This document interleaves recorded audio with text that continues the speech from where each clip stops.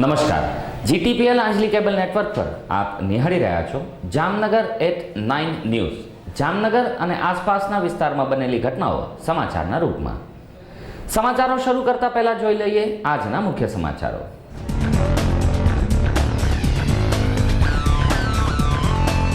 શહેરના પાણાખાણ વિસ્તારમાં ચકચાર. એક વિધવા અને એક યુવાન એક સાથે બળીને ભડથું. જાતીય સંબંધોનો કરુણ અંજામ.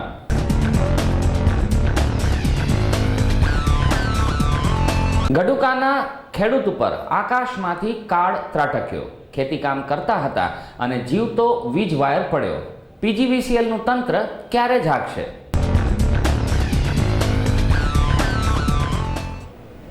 હવે જોઈએ સમાચારો વિગતવાર. જામનગરમાં પાણાખાણ વિસ્તારમાં એક યુવાન યુગલ મકાનની સાથે બળીને રાખ થઈ ગયું હતું.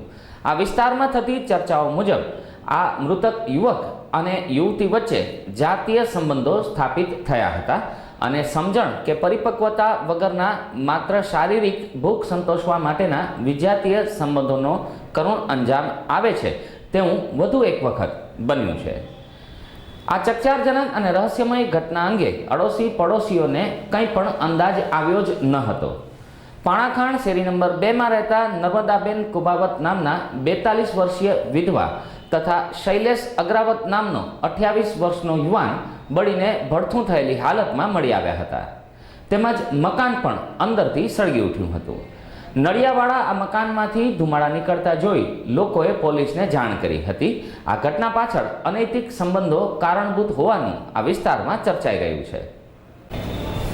તાજેતરમાં ગુરુ પૂર્ણિમાના તહેવારની શ્રી 5 નવતનપુરી ધામ ખીજડા મંદિરમાં આચાર્ય શ્રી 108 કૃષ્ણમણીજી મહારાજશ્રીની નિશ્રામાં ભાવભેર ઉજવણી કરવામાં આવી હતી, જેમાં વિશાળ સંખ્યામાં ભાવિકો અને શિષ્યો ઉપસ્થિત રહ્યા હતા અને આ તકે ગુરુને વંદના કરી સંસ્થા દ્વારા યોજાયેલા રક્તદાન કેમ્પમાં રક્તદાન કરીને ઋણ ચૂકવ્યું હતું.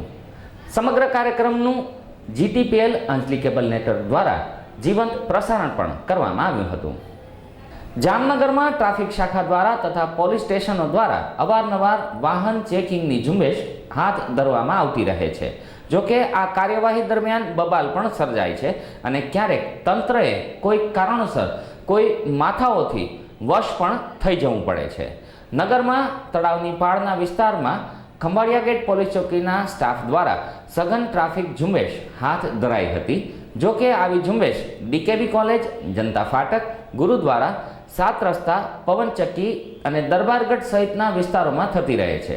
બીજી તરફ ગુરુદ્વારા વિસ્તારમાં વાહન ચેકિંગ દરમિયાન ટ્રાફિક શાખાએ એક ટ્રિપલ સવારી એક્ટિવાને અટકાવતા બબાલ સર્જાઈ હતી અને આ ટ્રિપલ સવાર યુવતીઓ સામે કાર્યવાહી કરવા માટે મહિલા પોલીસને બોલાવાઈ હતી તેમજ વાહન પણ કબજે લેવાયું હતું. જો કે તંત્રની આ કાર્યવાહીને કોંગ્રેસના આગેવાનોએ રાજકીય રંગ આપી દીધો હતો. જામનગરમાં વારંવાર બેફામ બનતા વાહન ચાલકો અનેક અકસ્માતો સર્જતા રહે છે. તેમાંય અમુક છકડા, 4 વ્હીલર, મોટરસાયકલ અને ડમ્પર તો જાણે એક્સિડન્ટ માટે જ હોટ ફેવરિટ બની રહે છે. તો વળી નશાની હાલતમાં પણ વાહન ચલાવનારાઓ પોતાની તથા અન્યની જિંદગીનું જોખમ ઊભું કરે છે. શહેરના અંદાશ્રમ ફાટકથી આગળની તરફ હાઈવે ઉપર એક ઇન્ડિકા કારના ચાલકે બેફામ રીતે કાર ડ્રાઈવ કરીને 3 ગાયોને ઈજાઓ પહોંચાડી હતી અને એક ગાયનું મૃત્યુ નિપજાવ્યું હતું. બાદમાં આ કાર ચાલક ફરાર થઈ ગયો હતો. આ અકસ્માત વખતે એકઠા થયેલા લોકોનો આક્રોશ જાગી ઉઠ્યો હતો અને કાર ઉપર પથ્થરો માર્યા હતા. આ ઘટના અંગે લોકોમાં એવી પણ ચર્ચા થઈ હતી કે કાર ચાલક નશામાં ધૂત હતો. જામનગરમાં નાના મોટા અકસ્માતોના દરરોજ બનતા બનાવોની સંખ્યાઓ વધવા માંડી છે. તેમાંય દ્વિચક્રી વાહનો પણ ટાર્ગેટ બનતા રહે છે. દરેડ પાસે GIDC ફેઝ 2ના વિસ્તારમાં એક ટ્રેલર નીચે મોટરસાયકલ અડફેટે આવતા ચાલકને ઈજાઓ થવા પામી હતી. આ દરમિયાન આક્રોશ સાથે ટ્રકના બદલે મોટરસાયકલને સળગાવવાની પેરવી થઈ હતી. તો બીજી તરફ ટ્રકના વ્હીલ નીચે કચડાતા મોટરસાયકલના મોટા ભાગના સ્પેર પાર્ટ્સ છૂટા પડી ગયા હતા. જામનગર પાસે એક ખેડૂત ઉપર જીવતો વીજ વાયર પડતા તેનું ઘટના સ્થળે જ મૃત્યુ થવા પામ્યું હતું. જામનગર તાલુકાના ગડુકા ગામના પ્રભાતસિંહ વાઢેર નામના 55 વર્ષીય પ્રૌઢ ખેડૂત પોતાની ખેતીની જમીનમાં ખેતીકામ કરતા હતા ત્યારે તેમના ઉપર ત્યાંથી પસાર થતી વીજ લાઇનનો જીવતો વાયર પડતા એકાએક આ ખેડૂત ગંભીર ઝટકા ખાઈને મૃત્યુ પામ્યા હતા. જોકે તેમને 108 દ્વારા જામનગરની જીજી હોસ્પિટલમાં લાવવામાં આવ્યા હતા, પરંતુ તબીબી સારવાર કારગત નીવડી ન હતી. ઉલ્લેખનીય છે કે જામનગર શહેર અને જિલ્લામાં વારંવાર સર્જાતા વીજ અકસ્માતોથી પશુઓ અને વ્યક્તિઓની જિંદગી પર જોખમ સર્જાય છે.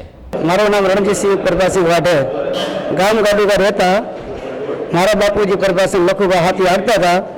પાડી વિસ્તારમાં જીબીની લાઈન ચાલુ માથે હતી, તો હાથી હાંકતા માથે જીબીનો વાયર તૂટ્યો ભેરો માથે પડ્યો. માથે ભેરા પ્રભારે અહીંયા જ મૃત્યુ થઈ ગયા. અમે દોડીને ગયા તો અહીંયા જીજી ડસ્કા લેતા હતા, પછી પ્રભારે 108ને બોલાવ્યું. 108ને બોલાવીને હોસ્પિટલ પહોંચ્યા તો સાહેબ કહે કે ફેલ થઈ ગયા, કંઈ જીવ નથી આમાં આવી ગયા. કલાના સાધકને કોઈ ખામી નડતી નથી. જામનગરમાં પ્રદર્શન ગ્રાઉન્ડમાં ચાલી રહેલા ઉત્સવ મેળામાં અનેક મનોરંજક કાર્યક્રમો નગરજનોના આકર્ષણનું કેન્દ્ર બની રહ્યા છે.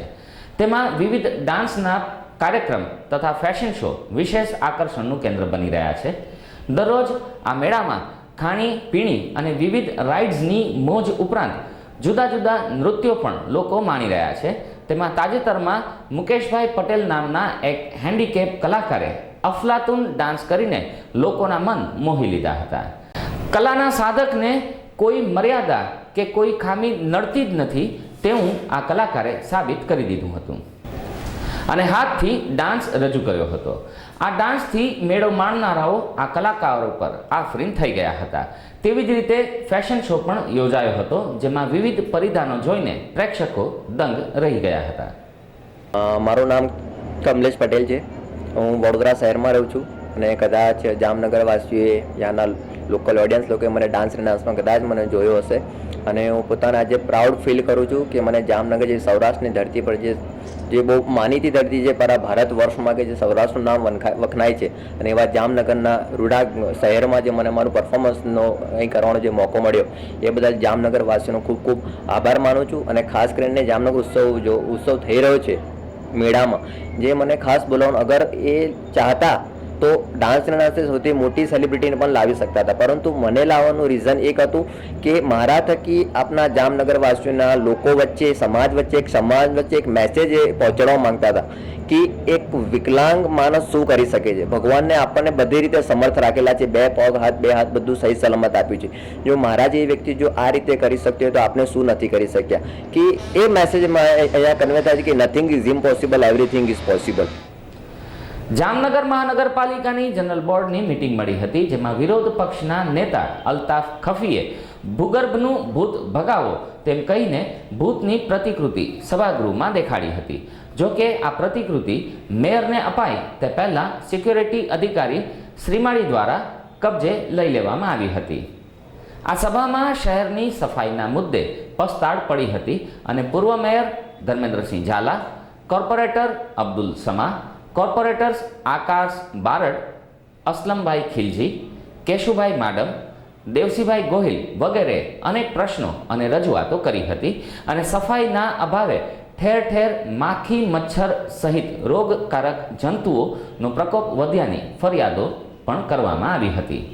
આ તકે મ્યુનિસિપલ કમિશનર અનુપમે પણ સ્વીકાર્યું હતું કે શહેરમાં સઘન સફાઈ થતી નથી, જ્યારે મેયર શ્રી દિનેશભાઈ પટેલે અધ્યક્ષ સ્થાનેથી ગંભીરતાથી આ મુદ્દાની નોંધ લઈને માત્ર તહેવારો પૂરતું જ નહીં પરંતુ નગરમાં કાયમી ધોરણે સફાઈ અને આરોગ્ય માટે તંત્ર સાબદું રહેવું જ જોઈએ તે માટે આ દિશામાં ઠોસ કામગીરીની ખાતરી માંગી હતી. જામનગર@9 ન્યૂઝમાં હવે લઈશું એક નાનકડો વિરામ.